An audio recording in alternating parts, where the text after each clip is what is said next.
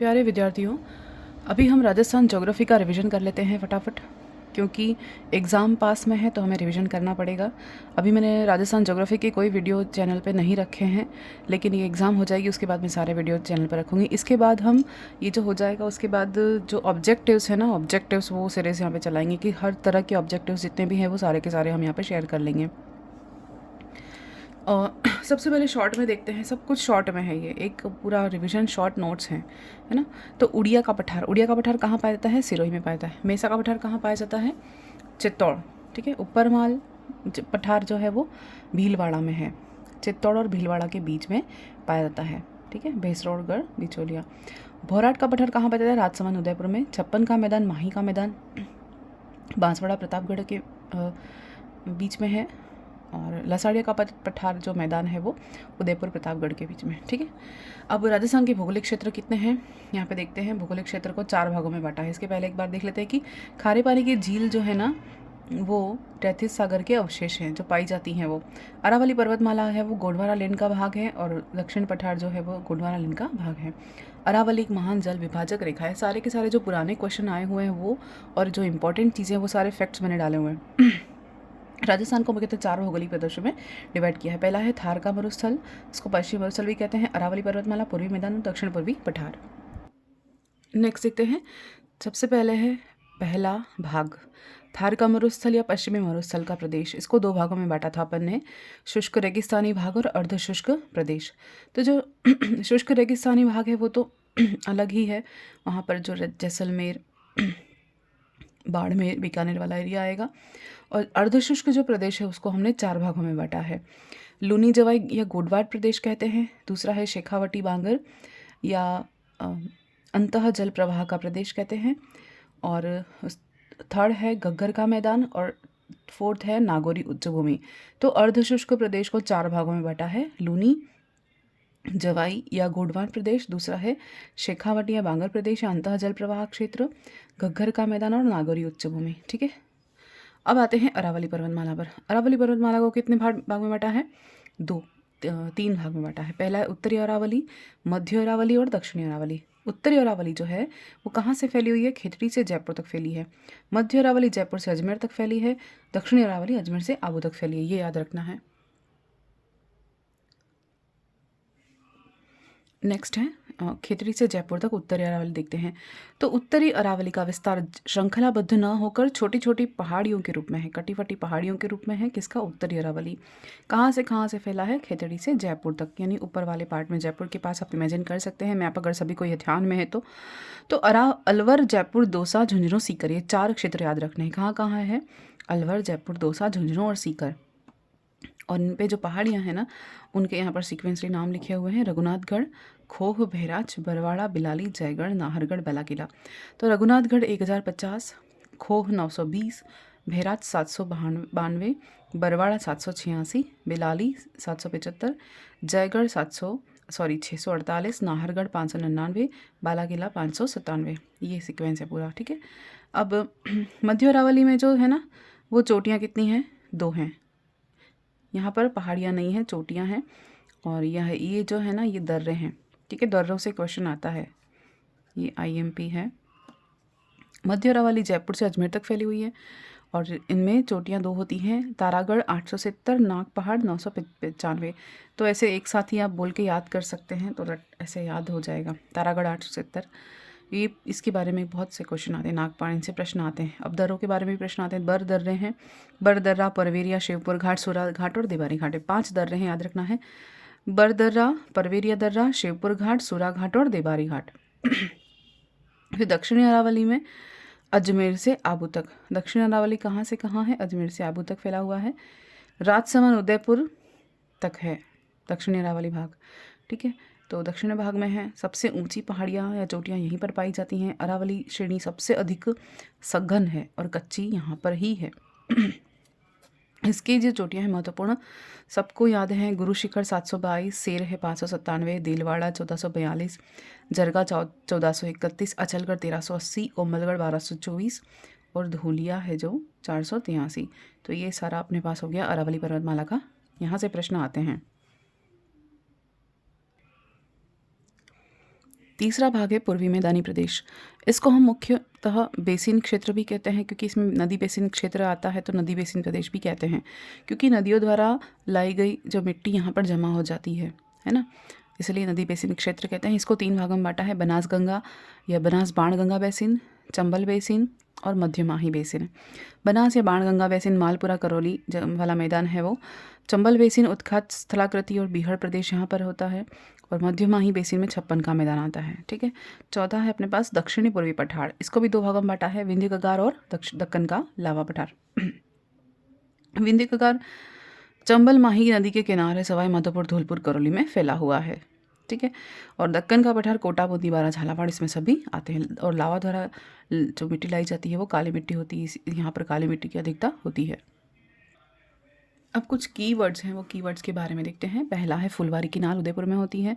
ये प्रश्न आते हैं ना सारे के सारे। देसुरी नाल पाली नाली कहाँ होती है? घग्गर नदी के तल को हनुमानगढ़ के पास नाली कहा जाता है। भाकर क्या होता है? सिरोही की तीव्र ढाल युक्त कटी फटी पहाड़ियाँ होती है वो भाकर कही जाती हैं। बीहड़ भूमि या उत्खात स्थलाकृति क्या होती है? चंबल बेसिन चंबल नदी के आसपास का क्षेत्र क्या कहा जाता है? नाली अपर्दन के कारण यानी ड्रेनेज के कारण क्या होता है? अत्यधिक उबड़ खाबड़ हो जाता है, जिसको हम क्या कहते हैं? बैडलैंड ट्रोपोग्राफी भी कहते हैं, या बीहड़ भूमि या उत्खात भूमि भी कहते हैं। बीड़ क्या होता है? बीड़ यानी घास के मैदान, चरागाह को बीड़, ये दोनों अलग है ना, बीहड़ और बीड़। तो बीहड़ भूमि चंबल नदी के किनारे कोटा से लेकर धौलपुर तक पाई जाती है ना। ठीक है, बीड़ क्या होता है? घास के मैदान या चरागाह जो पूर्वी मैदानी क्षेत्र में पाए जाते हैं, धौलपुर वाला एरिया, ये बीड़ होता है। डांग क्षेत्र कौन सा है? धौलपुर करौली सवाई माधोपुर की जो क्षेत्र है वो क्या कहा जाता है? डांग क्षेत्र। डांग की रानी किसे कहते हैं? करौली को कहते हैं। करौली पठार की अनियमित पहाड़ियाँ डांग लेन कही जाती हैं।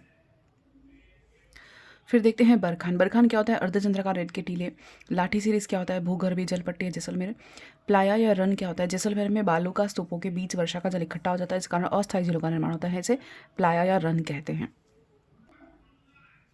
फिर है वागड़। वागड़ क्या है? डूंगरपुर बांसवाड़ा वाला जो एरिया है यहाँ वाला अपना, वो वागड़ क्षेत्र कहा जाता है। कांठल क्या होता है? प्रतापगढ़ के किनारे जो प्रतापगढ़ का जो क्षेत्र है वो कांठल क्षेत्र कहा जाता है, क्योंकि कांठे का मतलब होता है किनारे, यानी माही के किनारे बसा है प्रतापगढ़, इसलिए कांठल कहा जाता है। जोहड़ क्या होता है? जोहड़ या नाड़ा शेखावाटी प्रदेश में वर्षा जल के संग्रह के लिए कच्चे पक्के कुओं का निर्माण किया जाता है, इसे जोड़ कहते हैं। अब सेम की समस्या क्या होता है, इसके भी प्रश्न आते हैं। गंगानगर हनुमानगढ़ जिलों में इंदिरा गांधी नहर आने के कारण यहाँ अत्यधिक जलभराव के कारण अम्लीयता और क्षारीयता की समस्या उत्पन्न हो जाती है, जिसे सेम की समस्या कहते हैं। ठीक है, गोडवाट प्रदेश। गोडवाट प्रदेश क्या होता है? लूनी जवाई बेसिन का क्षेत्र गोडवाट कहलाता है। ठीक है, 56 का मैदान क्या होता है? माही बेसिन वाला क्षेत्र 56 का मैदान है। बांगर प्रदेश क्या होता है? बांगर ध्यान में रखना है, बांगर अलग है, बागड़ अलग है। बांगर क्षेत्र या आंतरिक जल प्रवाह क्षेत्र जो होता है वो क्या कहा जाता है? शेखावटी। बांगर यानी आंतरिक जल प्रवाह क्षेत्र जो शेखावटी क्षेत्र में होता है वो बांगर कहा जाता है। वागड़ क्या है? उदयपुर। वागड़ क्या है? उदयपुर बांसवाड़ा, सॉरी डूंगरपुर बांसवाड़ा। वागड़ क्या है? डूंगरपुर बांसवाड़ा। गिरवा की पहाड़ियाँ कहाँ पाई जाती हैं? उदयपुर मेवाड़ में पाई जाती हैं। मुकुंदरा की हिल्स जो होती है वो हाड़ौती के क्षेत्र में है। 56 की पहाड़ियाँ बाड़मेर, सिवाना और जालौर में है। 56 की पहाड़ियाँ अलग है, 56 का मैदान अलग। पहाड़ियाँ बाड़मेर, सिवाना, जालौर में है। ठीक है, पश्चिमी राजस्थान में। और 56 का मैदान कहाँ है? बांसवाड़ा प्रतापगढ़ में है, दक्षिणी राजस्थान। बीहड़ भूमि उत्खात चंबल बेसिन, दक्कन लावा दक्षिण पूर्वी पठार, बाणगंगा बेसिन, मालपुरा करौली टोंक, ये ध्यान रखना है। ठीक है, अब देखते हैं गुरु शिखर है 1722। ठीक है, चोटी और जिला हम देखते हैं, क्योंकि क्वेश्चन आ जाते हैं, जैसे बाबाई जोधपुर के बीच पाई जाती है, प्रश्न आया हुआ है। तो गुरु शिखर 1722 सिरोही में है। सेर 1597 सिरोही में है। दिलवाड़ा सिरोही में है। अचलगढ़ सिरोही में है। ऋषिकेश सिरोही में है। और उदयपुर में कौन कौन सी पहाड़ियाँ हैं? जरगा, धोनिया, कमलनाथ, सज्जनगढ़, सायरा, लीलागढ़, नागपानी, गोगुंदा, ये उदयपुर में है। नागपानी अलग है और नाग पहाड़ अलग है, ध्यान रखना है। ये दोनों एक जैसे हैं और ये कन्फ्यूजन करते हैं और प्रश्न आते हैं। जरगा, धोनिया, कमलनाथ, सज्जनगढ़, सायरा, लीलागढ़, नागपानी और गोगुंदा, ये उदयपुर में पाई जाती हैं चोटियाँ। राजसमंद में एक ही चोटी है, कौन है? कुंभलगढ़। रघुनाथगढ़ सीकर में है। ठीक है, एक ही है। फिर ये टॉडगढ़, तारागढ़ और नागपहाड़ी तीनों कहाँ पर हैं? अजमेर में है। टॉडगढ़, तारागढ़, नागपहाड़ ये अजमेर में है। ठीक है, और बाबाई कहाँ पर है? झुंझुनू, जयपुर के बीच में है। फिर है रोजा भाकर, इसराना भाकर और डोरा पर्वत, ये भी इसके प्रश्न आते हैं इसराना भाकर से। रोजा भाकर, इसराना भाकर और डोरा पर्वत ये जालौर में पाई जाती हैं। फिर बहराच, भानगढ़, बालाकिला यानी सॉरी बालागढ़ और बिलाली, ये सब कहाँ होती हैं? अलवर में। बालाकिला कहो, बालागढ़ कहो, एक ही है। ये चारों कहाँ हैं? अलवर में हैं। बरवाड़ा, मोहनपुरा, जयगढ़, नाहरगढ़, ये चारों कहाँ पर हैं? जयपुर में हैं। बरवाड़ा, मोहनपुरा, जयगढ़, नाहरगढ़, जयपुर। बाबाई, झुंझुनू, ठीक है, अभी आया था। अब देखते हैं नदियाँ। नदियाँ हैं जो राजस्थान की, उन्हें 3 अपवाह क्रम में बांटा जा सकता है। पहली है बंगाल की खाड़ी में गिरने वाली, दूसरी अरब सागर में गिरने वाली, तीसरी अंतःस्थलीय आंतरिक प्रवाह वाली नदियाँ। ठीक है, इसको याद रखेंगे हम। पहली देखते हैं बंगाल की खाड़ी में गिरने वाली नदियाँ। कौन कौन सी हैं बंगाल की खाड़ी? अब इमेजिन कर सकते हो बंगाल की खाड़ी किस तरफ है भारत के, राजस्थान के लेफ्ट साइड, राइट साइड है ना, आप लेफ्ट साइड में है। चंबल, पूर्वी बनास और उनकी सहायक नदियाँ आती हैं इसके अंदर। चंबल, बनास, पार्वती, काली सिंध नदियाँ आती हैं। ठीक है, चंबल, पूर्वी बनास और उनकी सहायक नदियाँ, चंबल, बनास, पार्वती और काली सिंध, ये सभी नदियाँ कहाँ आती हैं? बंगाल की खाड़ी में गिरने वाली। तो अभी हम सिर्फ ये एक रिवीजन के पॉइंट ऑफ व्यू से हम देख रहे हैं। इसके डिटेल में सारे के सारे नोट्स मैं एग्ज़ाम के बाद आपको प्रोवाइड कराऊंगी। अब देखते हैं काली सिंध, पार्वती और बनास, ये तीनों क्या हैं? चंबल की सहायक नदियां हैं। ठीक है, काली सिंध, पार्वती, बनास तीनों किसकी सहायक नदियां हैं? चंबल की। चंबल कहाँ जाएगी? यमुना में। यमुना कहाँ जाएगी? गंगा में। गंगा कहाँ जाएगी? बंगाल की खाड़ी में। तो ये तीनों कहाँ गिरेंगी? जाके बंगाल की खाड़ी में गिरेंगी। सबसे देखते हैं, पहले देखते हैं चंबल नदी उद्गम कहाँ है? एमपी में, जनापाव की पहाड़ी से, विंध्याचल में। ठीक है, राजस्थान में प्रवेश कहाँ से करेंगी? राजस्थान में प्रवेश करेंगी चौरासीगढ़, चित्तौड़ के पास से। राजस्थान की सबसे लंबी एकमात्र वर्ष भर बहने वाली नदी कौन सी है? चंबल।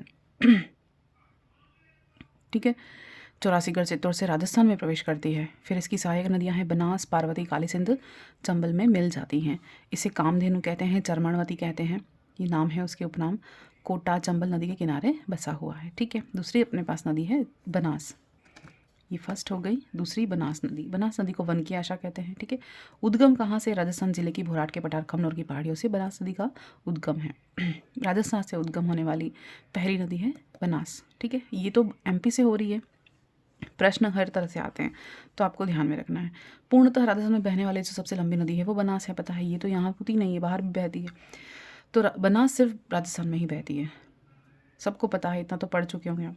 बनास की सहायक नदियाँ कौन सी हैं? मेनाल, कोठारी, बेड़च, खारी, मानसी, ढूंढ, मोरल, चंद्रभागा। हम रिवीजन के पॉइंट ऑफ व्यू से देख रहे हैं। ठीक है, मेनाल, कोठार, बेड़च, कोठारी, बेड़च, खारी, मानसी, ढूंढ, मोरल, चंद्रभागा।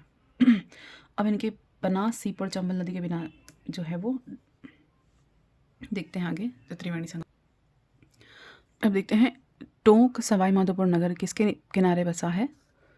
बनास नदी के किनारे। टोंक और सवाई माधोपुर नगर किसके किनारे बसा है? बनास नदी के किनारे बसा है। बिगोद, भीलवाड़ा के बीच, बिगोद और भीलवाड़ा के बीच बनास, बेड़च और मेनाल संगम जो है वो मांडलगढ़ में त्रिवेणी संगम है। ये मोस्ट इम्पॉर्टेंट क्वेश्चन है। बनास, बेड़च और मेनाल, ये प्रश्न आता है। ठीक है, अब है काली सिंध नदी। काली सिंध नदी जो है तीसरी नदी देख लेते हैं। एमपी में, ये भी एमपी से उद्गम हो रहा है ना, ये भी एमपी से उद्गम है। एमपी के देवास के निकट विंध्य पर्वत से उद्गम होता है इसका।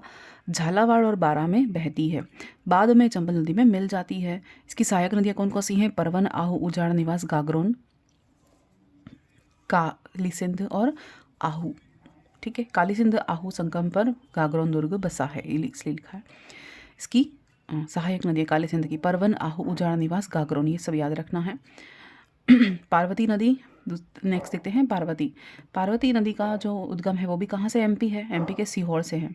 ठीक है, एमपी के सीहोर से है। तो याद करने के लिए तो काली सिंध, काली देवी इसे याद रख सकते, देवास देवी है ना, ये ट्रिक है। पार्वती, जो पार्वती सीहोर, जो आप याद ऐसे रख सकते हैं कि सीहोर वाले बाबा मिश्रा जी, जो महादेव जी को जिन्होंने बहुत फेमस किया है ना, तो पार्वती से ऐसे लिंक करने के लिए। बाकी मुझे ये ट्रिक्स पर मुझे बिल्कुल भरोसा नहीं है, ट्रिक्स मुझे बिल्कुल बेकार लगती हैं।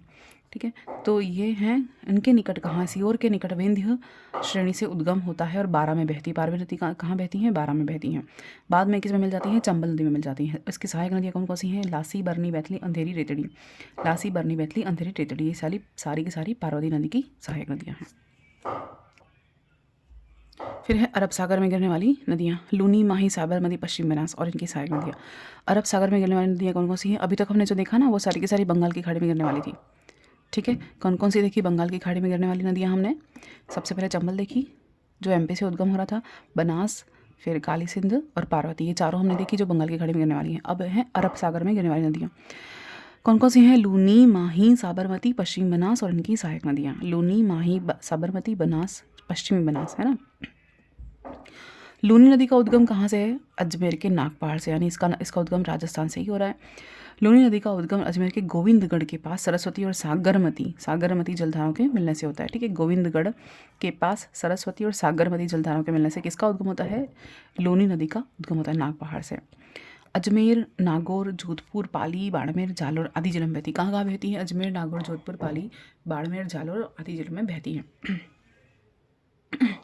बालोतरा तक तो लूनी नदी का पानी कैसा होता है? मीठा होता है। बालोतरा के बाद कैसा हो जाता है? खारा हो जाता है। अब है लूनी नदी की सहायक नदियाँ। लीलड़ी, सुकड़ी, बांडी, जोचड़ी, जवाई, मिठड़ी, सागी, गोहिया, ये सारी की सारी किसकी सहायक नदियाँ हैं? लूनी की सहायक नदियाँ हैं। सारे टेढ़े मेढ़े नाम हैं, ध्यान रखने हैं। और आगे जाकर ये कच्छ की खाड़ी में मिल जाती है। बांडी नदी का उद्गम कहाँ होता है? हेमावास, जसवंत सागर, ठीक है, यहाँ पर होता है। और इस पर एक बांध बनाया गया है।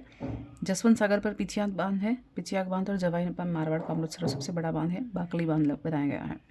ठीक है, मारवाड़ का अमृत सरोवर का था जवाई बांध को, ये इस नदी पर। नेक्स्ट है माही नदी। माही नदी का उद्गम भी एमपी से हो रहा है, महू की पहाड़ियों से, अमरोर स्थान से होता है। बांसवाड़ा में कहाँ से प्रवेश कर रही हैं? बांसवाड़ा और प्रतापगढ़ जिलों में बहती है। और माही नदी पर बांसवाड़ा में माही बजा सागर बांध बनाया गया है। ठीक है। सहायक नदी कौन कौन सी है इसकी? सोम, जाखम, अनास, चाप, मोरिन, अरुण, इरू, ये सारी की सारी किसकी सहायक नदियाँ हैं? सहायक नदियाँ माही की हैं। फिर बेणेश्वर धाम, इसके जो सोम, माही और जाखम तीनों का जो संगम है वो डूंगरपुर में होता है, बेणेश्वर धाम में त्रिवेणी संगम। अब है साबरमती। साबरमती जो है वो वाक्कल नदी के नाम से भी जानी जाती है। उद्गम कहाँ से है? उदयपुर की दक्षिण पश्चिम पहाड़ियों से इसका उद्गम होता है। अब है इसकी सहायक नदियाँ नानसी, वाकली, सेई, उदयपुर, हथमणी, वेत्रक। ठीक है, इसकी सहायक नदियाँ कौन सी साबरमती की? नानसी, वाकली, सेई, हथमती और वेत्रक, ये उदयपुर में बहती है। कहाँ बहती है ये? उदयपुर में बहती है। उदयपुर और सिरोही जिलों में बहती है कौन सी नदी? साबरमती नदी। और यहाँ पर देवास सुरंग बनाई गई है धरोई बांध पर, 11 किलोमीटर लंबी है। और गुजरात में खंभात की खाड़ी में मिल जाती है। और प्रारंभ में इसे वाकल नदी के नाम से जाना जाता था। किसके लिए बात कर रहे हैं? साबरमती नदी के लिए बात कर रहे हैं। अब देखते हैं, साबरमती हो गया। अब आंतरिक या अंतःस्थलीय प्रवाह वाली नदियाँ 7 होती हैं ये टोटल। ठीक है, इसमें ऐसी नदियाँ आती हैं जो कुछ दूरी तक तो बह जाती हैं और रेत में विलीन हो जाती हैं, गायब हो जाती हैं। कांतली, काकनी, घग्गर, साबी, रूपारेल, मेढा और बाणगंगा। कांतली, कांकनी, घग्गर, साबी, रूपारेल, मेंढा और बाणगंगा, इसमें से क्वेश्चन तो आता ही है, सभी को पता है कि कौन सी नदी आंतरिक प्रवाह वाली नहीं है और कौन सी है। ठीक है, तो ये इसे याद रख देना है आपको। अब है बाणगंगा नदी, ये आंतरिक प्रवाह की है ना, अर्जुन की गंगा कहते हैं। उद्गम कहाँ से? जयपुर में बैराट की पहाड़ी से। बाणगंगा नदी का जल कहाँ तक जाता है? भरतपुर में घना पक्षी विहार जो अभ्यारण्य है ना, वहाँ पर जाता है और भूमिगत हो जाता है, वहीं पे नम भूमि का निर्माण करता है, गायब हो जाती है। कौन? बाणगंगा। कहाँ? भरतपुर के घना पक्षी विहार में। अभी जो जैसे पेपर बनता है अभी न्यू पैटर्न के अकॉर्डिंग आरपीएससी में, तो 20 से 25% क्वेश्चन तो इतने डरावने आते हैं, इतने जो करंट अफेयर्स के साथ और सब कुछ मिला के 25% क्वेश्चन इतने डरावने आएंगे। लेकिन हमारे पास अभी भी ऑप्शन है कि हम जो बेसिक है उसको ना छोड़ें। जो बेसिक चीज़ें हैं जो हमेशा आती हैं, हमेशा पूछी जाती हैं, जो इजी होता है, कुछ परसेंट तो इजी होता ही है पेपर, कि हम इतना तो अटेम्प्ट कर ही सकते हैं, कि हम जो कम से कम इतना पढ़ा हुआ है वो तो हमसे गलत नहीं होगा, इतना हमारे पास कॉन्फिडेंस होना चाहिए कि जो सदियों से चला आ रहा है वो चीज़ जो कि जब नहीं बदलेंगी उसको तो हम कम से कम पक्का करके जाएं। अब है घग्गर नदी। उद्गम कहाँ पर है? हिमालय पर्वत की शिवालिक श्रेणी से है और इसके उद्गम होता है। ठीक है, एचपी से हिमालय पर्वत की, हिमाचल प्रदेश से। शिवालिक श्रेणी कहाँ है? हिमाचल प्रदेश में। घग्गर नदी का उद्गम होता है वहाँ से। आती कहाँ पर है? राजस्थान में। यह नदी हनुमानगढ़ राजस्थान में प्रवेश कर लेती है, गंगानगर में भूमिगत हो जाती है, गायब हो जाती है, और इसे प्राचीन नदी सरस्वती नदी का अवशेष भी माना जाता है, मृत नदी भी कहते हैं। अब है कांतली नदी। कांतली नदी को काटली नदी भी कहते हैं झुंझुनू में। सीकर में है उद्गम, और झुंझुनू में भी बहती है। सीकर की खंडेला की पहाड़ी से उसका उद्गम है। कांकनी नदी का उद्गम जैसलमेर की कोटड़ी गांव से है। कांतली अलग है, कांकनी अलग है। कांकनी नदी जैसलमेर के कोटड़ी गांव से है, ठीक है। और साबी नदी का उद्गम जयपुर की सेवर पहाड़ियों से है, ठीक है।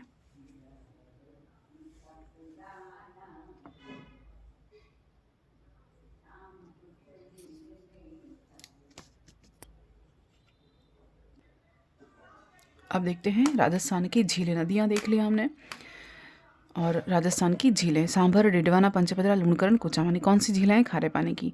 सांभर, डिडवाना, पंचपदरा, लूणकरण, कुचामन।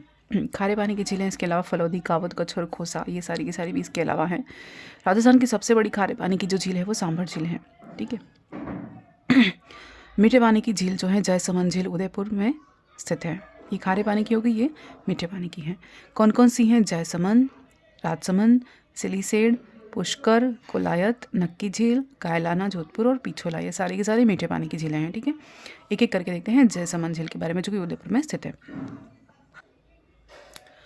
ढेपर झील के नाम से जानते हैं इसको, ठीक है। इसका निर्माण गोमती नदी के किनारे गोमती नदी के जल को रोककर किया गया था, है ना।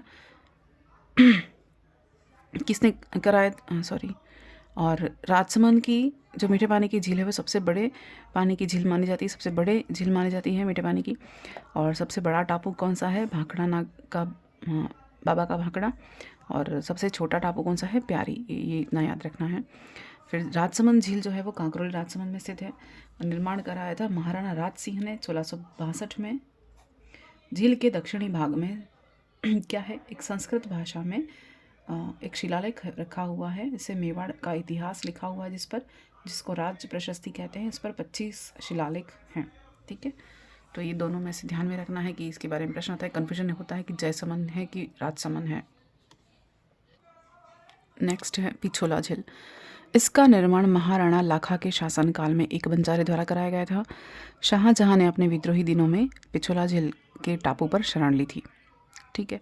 फतेह सागर झील उदयपुर में है, और यहाँ पर सौर वेधशाला स्थित है। आना सागर झील, आना सागर, ये बहुत मोस्ट इंपॉर्टेंट, आप अगर प्री वाई क्यू कर रखे हैं तो आपको पता होगा, बहुत बार पूछे गए हैं। अजमेर में अजय राज ने इसका निर्माण कराया, और सॉरी, अजमेर नगर का जो निर्माण है वो अजय राज ने कराया। और अरणो राज आना जी है ना, उन्होंने आना सागर झील का निर्माण कराया। जहांगीर ने दौलत बाग बनाया था यहाँ पर, और शाहजहां ने 12 दरी बनवाई है। आना सागर झील का निर्माण अरणो राज ने, और अजमेर नगर बसाया अजय राज ने। ये अलग अलग है। अब है सिलीसेड, अलवर में स्थित है। मछली पालन किया जाता है। कोलायत झील कहाँ है? बीकानेर में। कपिल मुनि का आश्रम यहाँ स्थित है, इंपॉर्टेंट है।